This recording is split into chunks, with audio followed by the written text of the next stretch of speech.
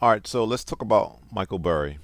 And in the fall of last year, he shorted the semiconductors through the SOXX, ticker symbol SOXX ETF. And he was doing well um, until price hit this resistance support band at $438.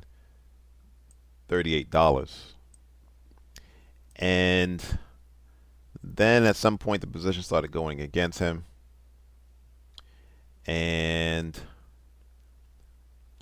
we recently learned that he got out as price went against him. All right, so let's look at this article, and then we'll continue to look at the charts. So Michael Burry's investment firm bailed on its wager against high-flying semiconductor companies like NVIDIA.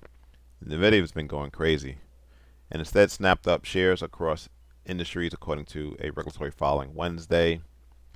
So Scion Asset Management nearly doubled its holding to 25 positions after closing a bet against the iShares Semiconductor Exchange Traded Fund, SOXX, according to the 13F filing, which disclosed the firm's positions through the end of 2023.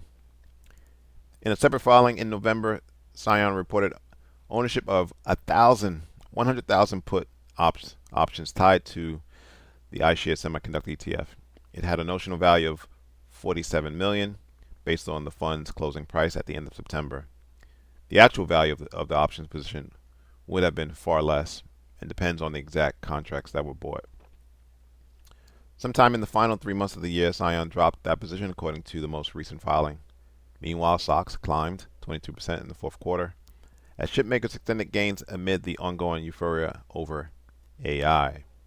All right, now, I'm not surprised that he took another L. And the reason why I say that, let's just look at history. So in December of 2015, he predicted a stock market crash in the following months, but the S&P stock 500 saw an 11% gain in the subsequent 12 months. In May of 2017, he predicted a new financial collapse, yet the S&P 500 recorded a 19% increase in the following 12 months. In September 2019, he forecasted a stock market crash due to an index ETF bubble, but the S&P 500 gained 15% in the next 12 months. In March of 2020, he perpetually held a bearish view, but the S&P 500 surged by 72%. In February 2021, he predicted significant stock market declines due to a speculative bubble, yet the S&P 500 increased by 60% in subsequent months. In September 2022, he forecasted further failures and that the lows hadn't been touched, but the S&P 500 performed positively with a 21% gain. In January of last year, he foresaw a recession and a new cycle of inflation, yet the S&P achieved remarkable positive performance. So that's his most recent history. Now, regarding the charts, this monthly sellers level at $548 worked once, but AI, driven by NVIDIA and super microcomputer, is propelling this ETF a lot higher. Now, here was a beautiful setup. Wonder if he went long. When price hit all-time highs back in December, you had the dip back into the what was monthly sellers. This leg higher, what was resistance became support, and now price finds itself now at new all-time highs. And